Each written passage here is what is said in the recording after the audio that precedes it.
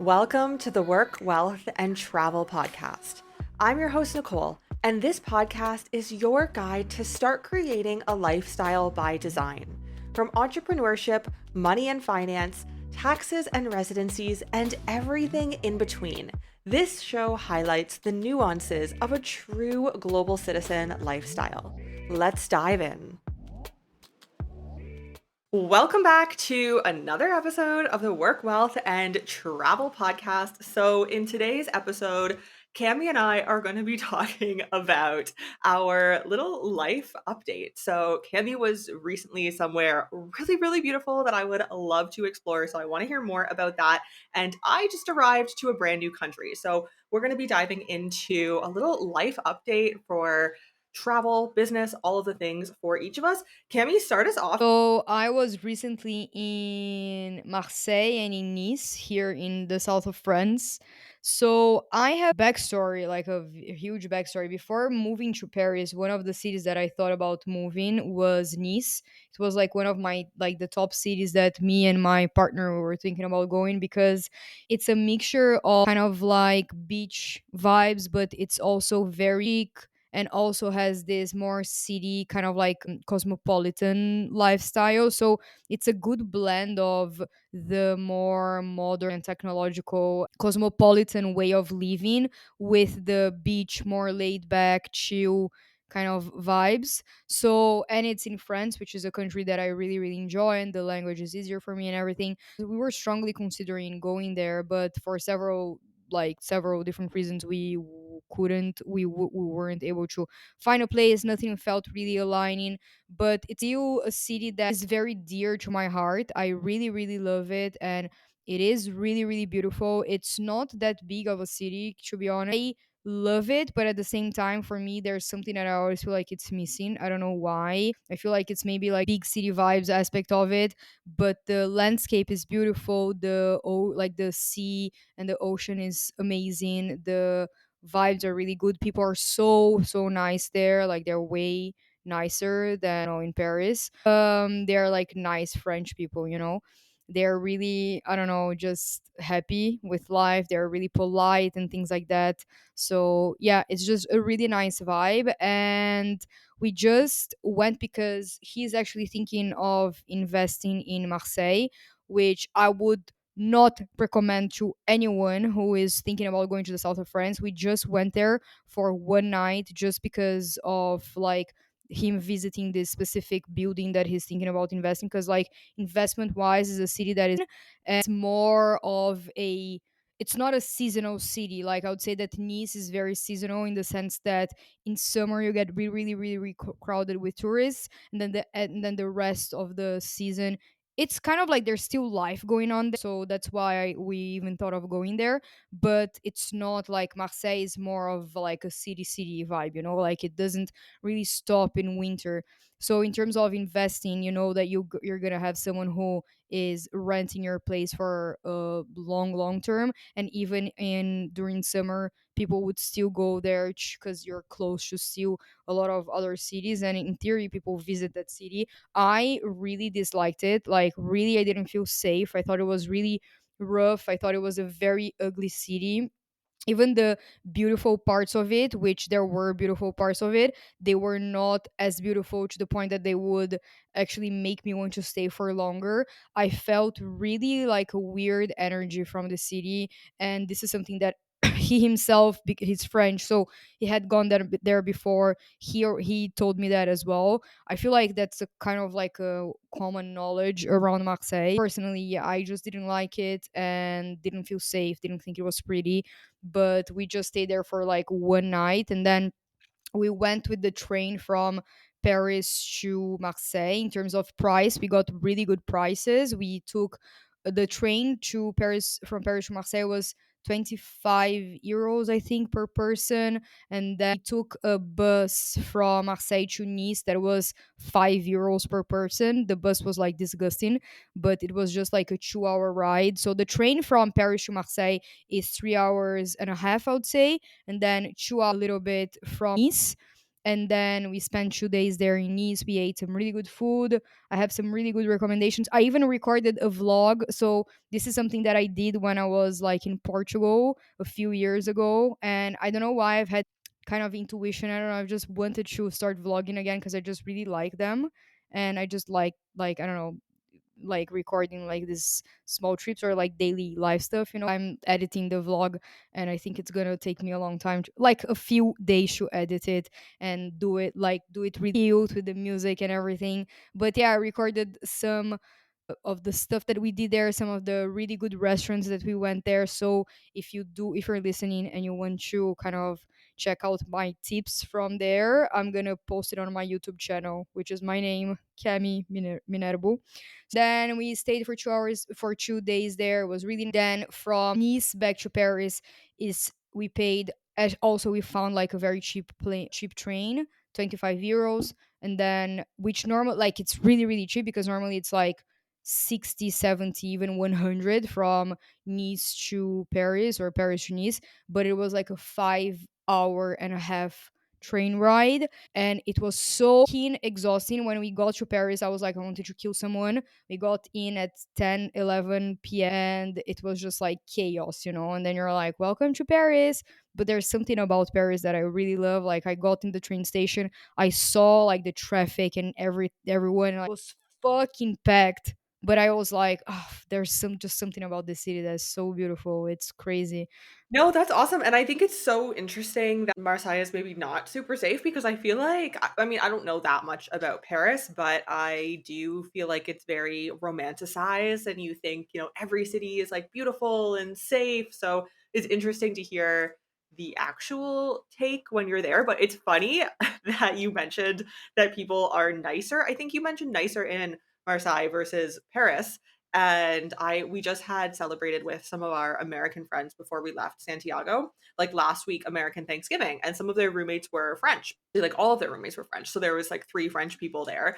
And I was asking her, so like what is France like? Like tell me, like, I don't know, just how it's different from Latin America and what you have perceived since being in Chile.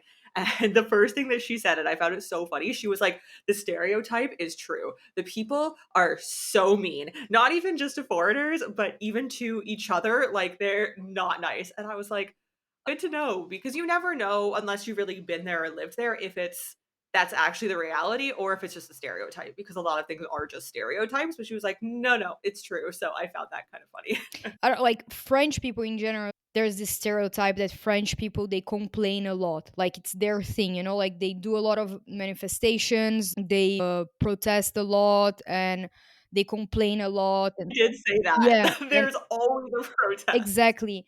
However, I'm a very like observer person, and I observe a lot of humans like of behavior. And I recently started thinking about that and as to why French people they complain so much. And coming from a country, Brazil, that nothing and you can't rely on the government and you can never expect to get something from the government, to get help from the government. Like really I grew up with the sensation of it's me and my family, I'm alone, like the government's nothing. Really, the government and nothing is the same for me. I don't even know what they like. For me it's like almost, what the fuck do they do? Like, why am my money going to them? Because why is my money going to them? Because for me they do literally nothing. And that is the sensation that I think a lot of Brazilians have, and maybe it's very common in Latin America to think that in maybe other in development countries and maybe under development, I don't know.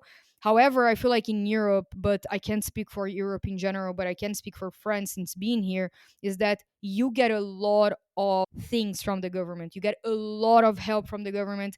You get a lot of health help from the government. You get a lot of educational help from the government. You get, even for foreigners, like I am taking French classes for free. No one asked me if I was European. No one asked me to see my address here. No one asked me for fucking nothing. They told me, do this test. This is the time. It's 20 euros for the fee, for like the subscription fee, and then that's it. You get 1 year of lessons for free, twice per week, 1 hour and a half per class. Like it's a lot of it would have been a lot of money And this is just like a small thing. I know so many people, like my partner, he was telling me he did this internship in Vietnam. It was paid by the French government, so he got money from the French government. Of course, he applied and he had to go like through all of these things and everything.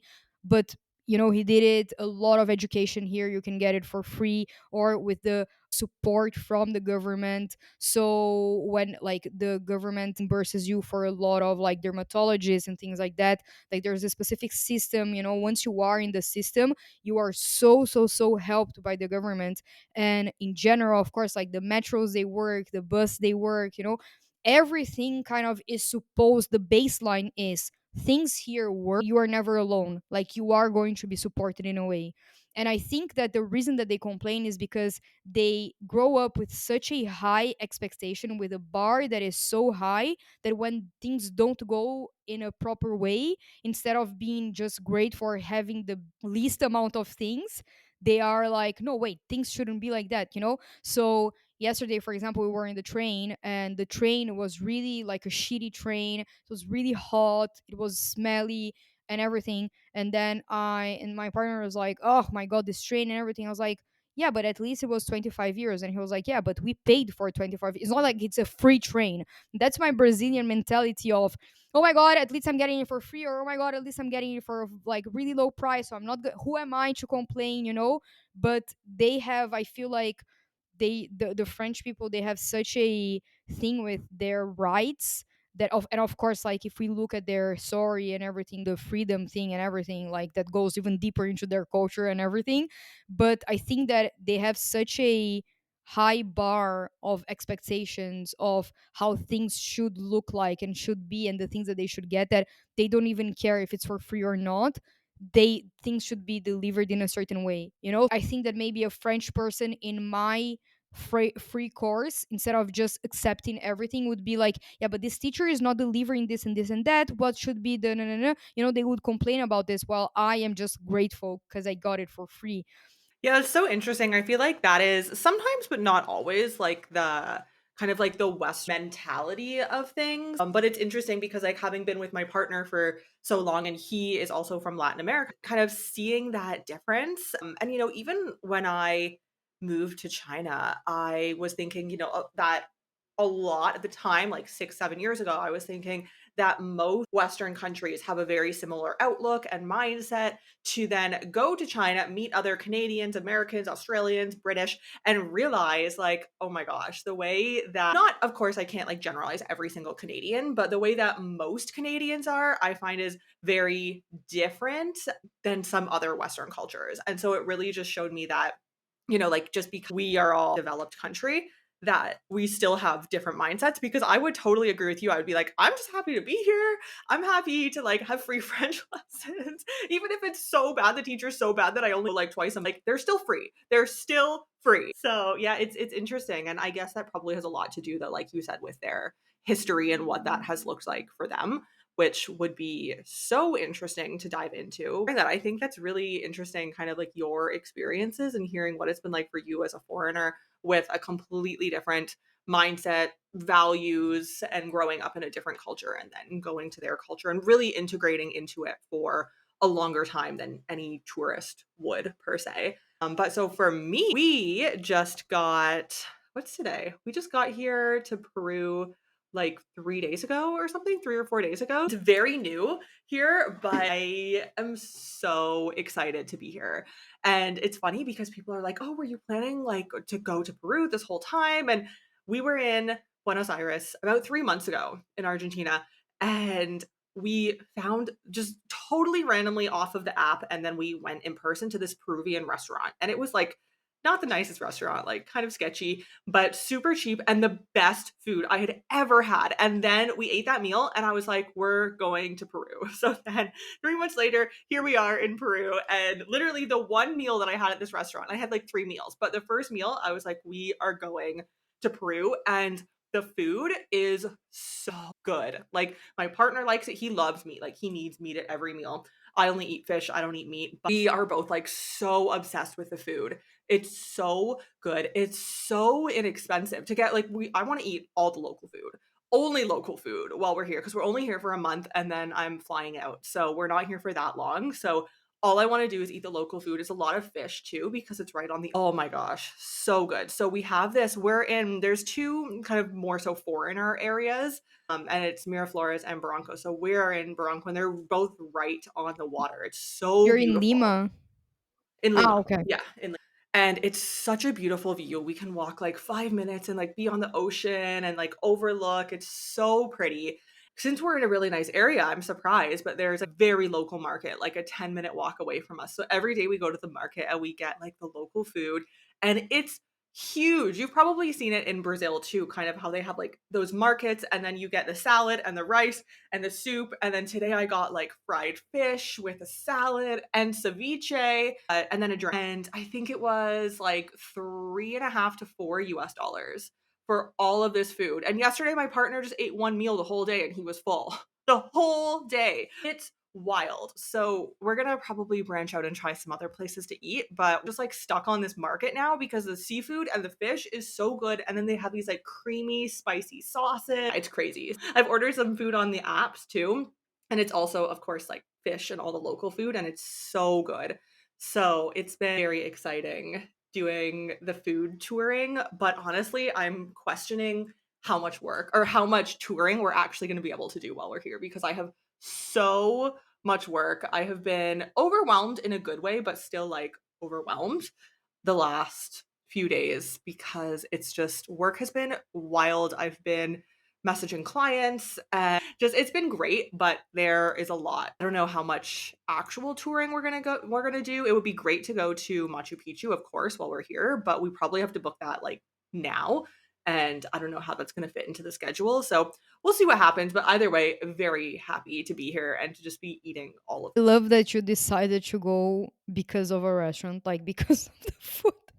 Like literally, you ate and you're like, my plane ticket. I think that's literally how it was within the week of eating that meal because we were going to Chile anyways, and it's just up. It was actually a 4 or 5 hour flight Mm. from country to country Wow. because it is pretty far, which I feel like you wouldn't really expect, but it was a bit of a long flight. But we were just like, okay, after Chile, we're going to Peru, which actually made no sense at all because then I have to go back to the south of South America afterwards. So it didn't really make sense, but it doesn't matter. The food's good. Honestly, I would go just for the food. I've heard so many good things about Peru, and I have like a friend that lives in Lima, and also it looks amazing, amazing. I really, really wanted to visit, and of course, like the most like Machu Picchu and everything. Really, really want to go. I feel like it's really interesting because when you are doing like the digital nomad type of thing, at some point this week, for example, I was really wanting, like, I had some sort of like deadlines between Monday and Tuesday, but in general I tried to like clear up my schedule so I could really enjoy the sun and Nice and everything. Thank God it was like just a short trip, because then I was able to kind of rearrange everything. But now Thursday I had like all of my calls, like it's 8 p.m. right now and I still have work to do, and I started early. Tomorrow I also have a lot of calls and work to do and everything, but it's fine because I know that I did it on purpose, kind of. But that's the whole thing about the digital nomad is like eventually, like, you landed in Peru with a lot of work to do, and now it's like, what do you do? How do you prioritize having the work and doing everything that you need to do, but at the same time having the possibility to discover new food places and like the really big tourist like explore. It's definitely an interesting balance. And, I know a lot of nomads who are really in the nomad lifestyle and not just starting. They'll tell you that, yeah, it looks glamorous and it looks like I'm traveling all the time. Over 50% of that, most of the time, if not more than 50% easily, is not so glamorous. And it's you sitting at a computer and doing what you need to do and growing your business so that you can do what you enjoy and have something for your own, but also have the money to sustain this lifestyle. I think, that's definitely something that every nomad has to go through. And people starting out on this journey don't really see that side of things. My partner and I, like, we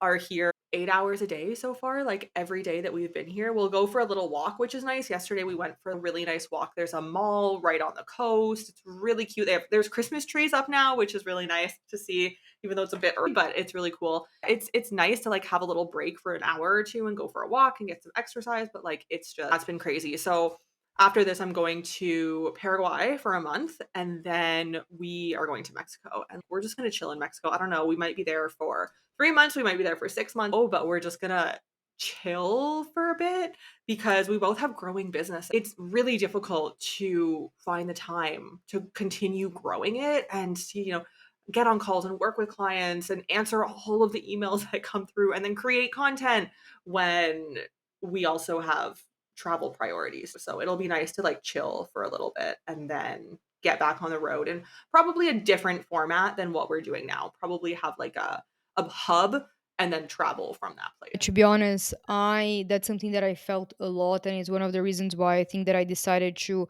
stay here for like an indefinite period of time. I still love traveling and I want to travel from, and like from here and everything. Same time, I feel like it's really about like when you are a digital nomad, you have to understand kind of like your priorities and your values, and sometimes you value the groundiness aspect of life over the constant traveling and constant shifting around, so you can get certain things that are in your priority list done, so then you can move on to the next step and things like that. I totally agree with you.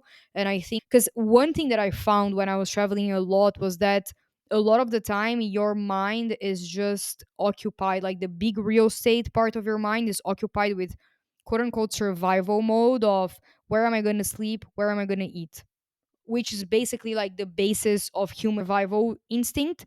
And that occupies so much space and so much that ends up eating a lot of your time and a lot of your brain and a lot of your energy, because we are wired to like worry quote unquote about survival. So if we're constantly worrying about survival, then in when we're actually not having all of the survival things, then we're constantly like kind of worrying about it and everything. We definitely feel that too, like we will be traveling and then we get somewhere new and it's great and like we have the Airbnb situated. Sometimes it doesn't work out, so we have to get in a big debate with Airbnb and the owner and find a new place, and that's annoying when that happens. But then we have to find like where to eat and where to get groceries. Actually, here we're probably not even going to get groceries because it's just more expensive to get groceries, honestly. And like I in our last place, so we cooked a lot in Chile. I didn't really try too much of the Chilean food, but I think it's a lot of meat. It usually is. I then go to the grocery store and I was just so over dishes and preparing food and like going to the grocery store almost every single day, quite honestly. Like I was just so over it. So here I'm like, no, I'm not cooking. I'm not doing it. But then you have to find, okay, where's the restaurants? Like, where can I order on the apps? Like, where can I get some fresh fruit? So it is like kind of coming to terms with everything. And then a month later you leave. So there's definitely like that added struggle when you do travel, like not that it's fast travel, but like faster travel. I've been enjoying really my time here, being more kind of grounded, and being like knowing my grocery store. And now I'm becoming like friends with the people in the grocery store. And then like I'm having my go-to indoor cycling place that I go indoor cycle every week, and I'm becoming friends with the teacher. So I'm having like my kind of go-to places, and it's so nice to feel the sensation.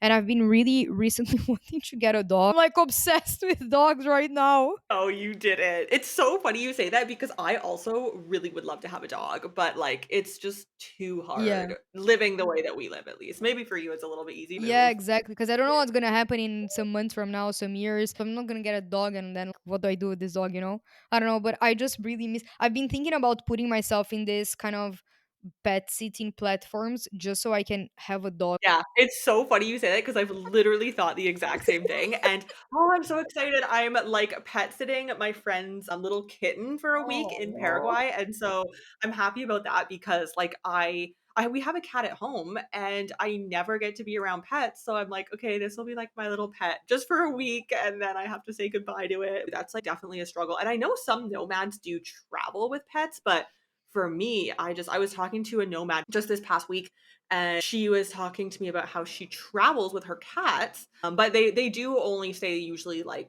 a year in a Oh, place. So they've okay. been in Greece for the last year, but still, like she was saying, it was so interesting. Basically, they have to go back to America before they move somewhere every single time. If they're moving from like Greece to Romania, then they have to go Greece to America, America to Romania, because otherwise the cats are going to be imported from Greece to Romania.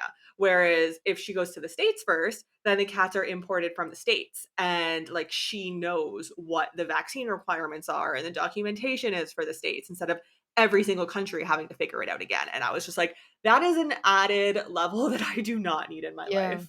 honestly. Like if it's 1 month or like 1 year, okay. But then even like and then you have to if you want to go for like 2 weeks somewhere or something, you have to figure out what you're gonna do with the pet, like you're gonna leave it with some I don't know. But yeah. Honestly I respect people who do that. I don't think I would be able to, but I really miss having like a little dog. Oh my god, I look at dogs on the streets and I'm like, Oh, me too. So I have been, especially when we're chilling in Mexico for a little bit. I think we'll probably do some house sitting. But if anyone's listening who knows house sitting in Mexico or in France, then hit us up. All of our links are below. But this was a great episode. This was a really good catch up episode. I'm glad to hear that you, even if it wasn't your favorite place, got to explore a little bit more of France. There's always lots of fun in that and learning about new cities and what the people are like there. Peru has been really, really fun. I mean, a lot more to explore. We just got here. Hopefully, we're not sitting behind a computer like we have been for the last few days, but we'll see what happens. Catch up. Thank you for joining us here. And all of our links are below. You can check out Cami's YouTube for her vlogs if you want to keep posted there. All of my links, my YouTube, my Instagram are also linked below on my YouTube. I go more into detail about different residency, citizenship, and tax optimization programs in countries around the world. If you are looking to leave your home country and optimize your global situation, whatever that may look like, feel free to check out my YouTube. And we will see you in next Friday's episode of Digital Nomad Digest. You've just listened to the Work, Wealth, and Travel podcast. If anything from this episode resonated with you, I would appreciate if you share this podcast on your socials. And of course, be sure to tag me. And don't forget to leave a review on your favorite podcast platform. Thank you for joining me on this global citizen journey, and I'll see you in the next episode.